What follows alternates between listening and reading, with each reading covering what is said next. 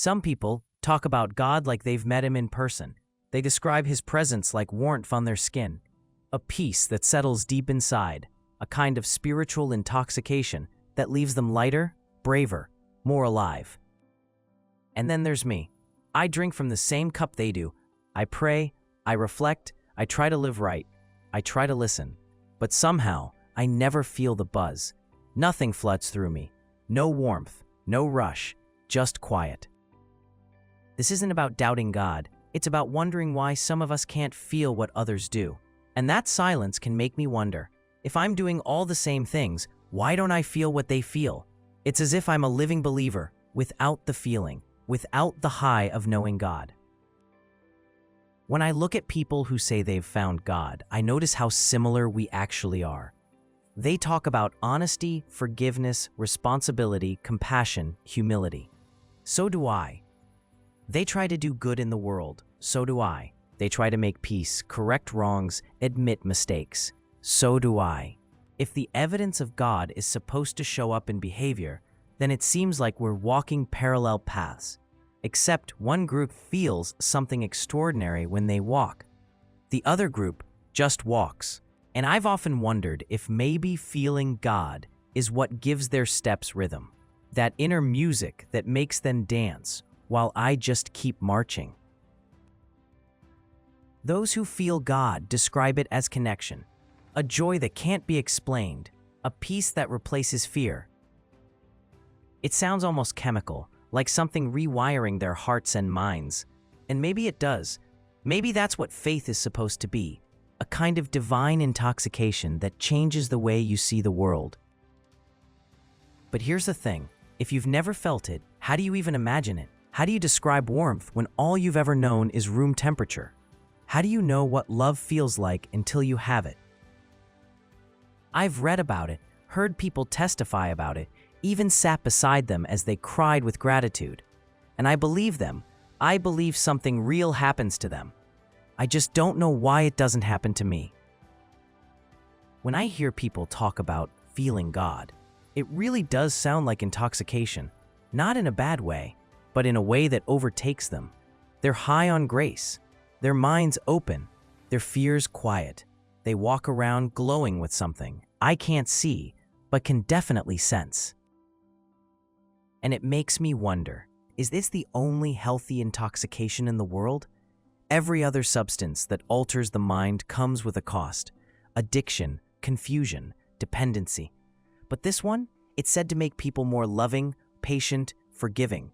It sounds like a miracle to be drunk on something that heals instead of harms. But still, I can't help asking, is it addictive? Do people crave that feeling? Do they chase it like a fix, always needing another hit of worship, another emotional rush to reassure themselves that God's still there? Maybe that's what separates the faithful from the seekers. They've tasted something that keeps them coming back. And I'm standing at the bar, sipping the same drink, wondering why I don't feel intoxicated. Sometimes I play this game in my head. What would actually change if I did feel it? Would I be kinder, more patient, more hopeful? I'd like to think so. But honestly, I can't know, because I've never felt it. It's like everyone describing the same song, how it moves them, how it makes them cry, and I'm standing there, not hearing a thing. I can say I dance to it, but how can I until I've heard the melody myself? I already believe there is a God, and I try to live as if He's real. And I also believe that goodness matters. So if I suddenly got that rush, what would it really change? Or would it just make me feel rewarded for what I'm already doing? There's a strange kind of faith in drinking from the same cup as everyone else, tasting the same truth, yet never feeling the same rush. Some people seem drunk on faith, overflowing with emotion and certainty. I just keep sipping quietly, steady, waiting for something to stir. Maybe that's its own kind of devotion, believing without evidence, dancing without music, loving without the high. It doesn't sound glamorous. It doesn't make for a dramatic testimony. But maybe that's the point.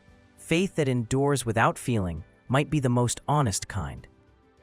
Because if you strip away all the emotion, all the euphoria, all the God spoke to me moments, what's left? Just the choice to keep living right, even when the heavens stay silent. God showed us the way to live, so if He becomes silent, why not keep living the same way? We already know the right way, and without God, does it suddenly become wrong? And lately, I started to wonder if I've misunderstood what intoxication really means. Maybe I'm intoxicated, just differently. Maybe the quiet pull I feel toward kindness, the instinct to forgive when it's hard, the ache to make sense of all this, maybe that's its own kind of buzz.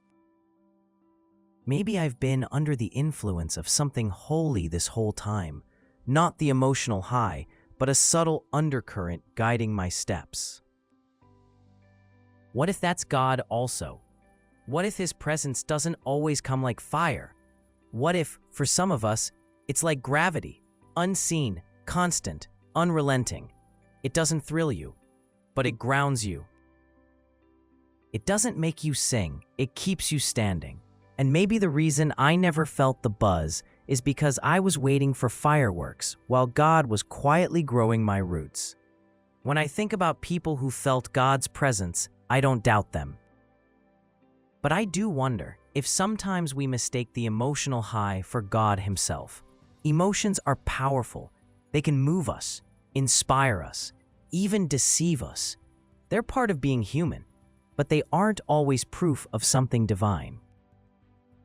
So maybe the real challenge isn't chasing the feeling, but recognizing God in the moments when the feeling isn't there, in the stillness, the silence, the simple choice to keep believing.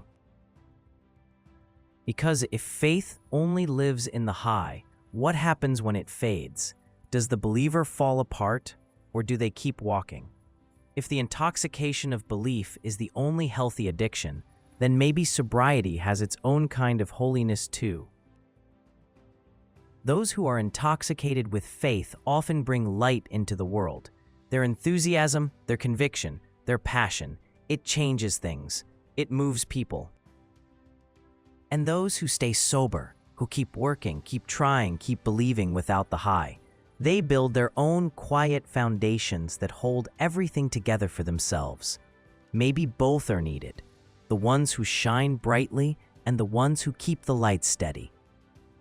There was a time when I used to chase the buzz, when I'd listen to someone describe their encounter with God, tears in their eyes, voice trembling, and I'd wonder what I was doing wrong.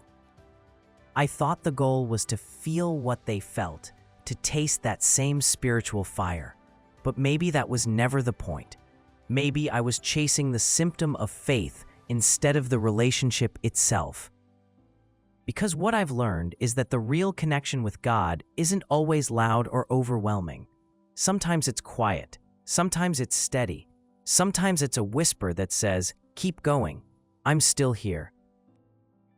The buzz might open your heart, but the connection keeps it beating. And maybe that's the shift that happens as you grow. You stop craving the feeling of God and start craving God Himself. I used to think God's silence meant absence. Now I'm starting to see it as a different kind of presence, one that doesn't overwhelm but observes. Maybe God doesn't always speak through emotion. Maybe He speaks through endurance, through the decision to keep doing what's right even when you feel nothing. Maybe feeling nothing is part of the lesson, a reminder that love isn't always supposed to intoxicate you. Sometimes it's supposed to sober you up. If I look closely, maybe I've already been tasting something sacred. Maybe the moments of compassion, the pull toward honesty, the restless desire to understand, those aren't signs of intoxication, but quiet evidence of God working for me. Maybe His influence isn't a rush that overwhelms. Maybe it's a steady rhythm that shapes. Maybe it's about choosing to drink from the same cup every day, showing up every day, saying your prayers, doing the same good, walking the same path. Even when it feels ordinary, even when it stirs nothing new inside you, simply because something in you still believes it matters, simply because you believe it may lead somewhere sacred. So maybe I've been wrong all along about what it means to feel God. Maybe I do feel Him, in the pull to keep searching, in the ache that never lets me give up, in the tiny acts of decency that happen when no one's watching. Maybe that's my intoxication, subtle but real, not the kind that makes me lose control, but the kind that gives me just enough courage to keep walking through a quiet world, believing there's something sacred about the silence itself. I used to fight the silence, but now I feel like I have a relationship with it, a history, where we struggled, wrestled, and cried out. There's a sense of connection there that's personal for me, and in a strange way, there's even a warmth about it. I wouldn't call it a buzz, but a slight sense of contentment. And maybe faith isn't about feeling the buzz. Maybe it's about consistency in living the way that is right, to walk as an example, showing to others that God lives in our hearts and not just in books or in churches. And now it's time for an ending prayer. God, even in the quiet, I reach for you. When I can't feel your warmth, let me trust you're still near, steady, unseen, alive beneath the silence. Let every sip from the same cup nourish what I cannot see, faith growing quietly inside me. When my spirit feels dry, let your presence fill me once more, not as a rush, but as a calm that stays. And as I drink again, let it strengthen me to keep walking, to keep believing, and to keep becoming. Amen. If my journey to find God speaks to you, please be sure to hit the like and subscribe buttons so I can continue sharing more of what I discover along the way. And thank you for walking with me.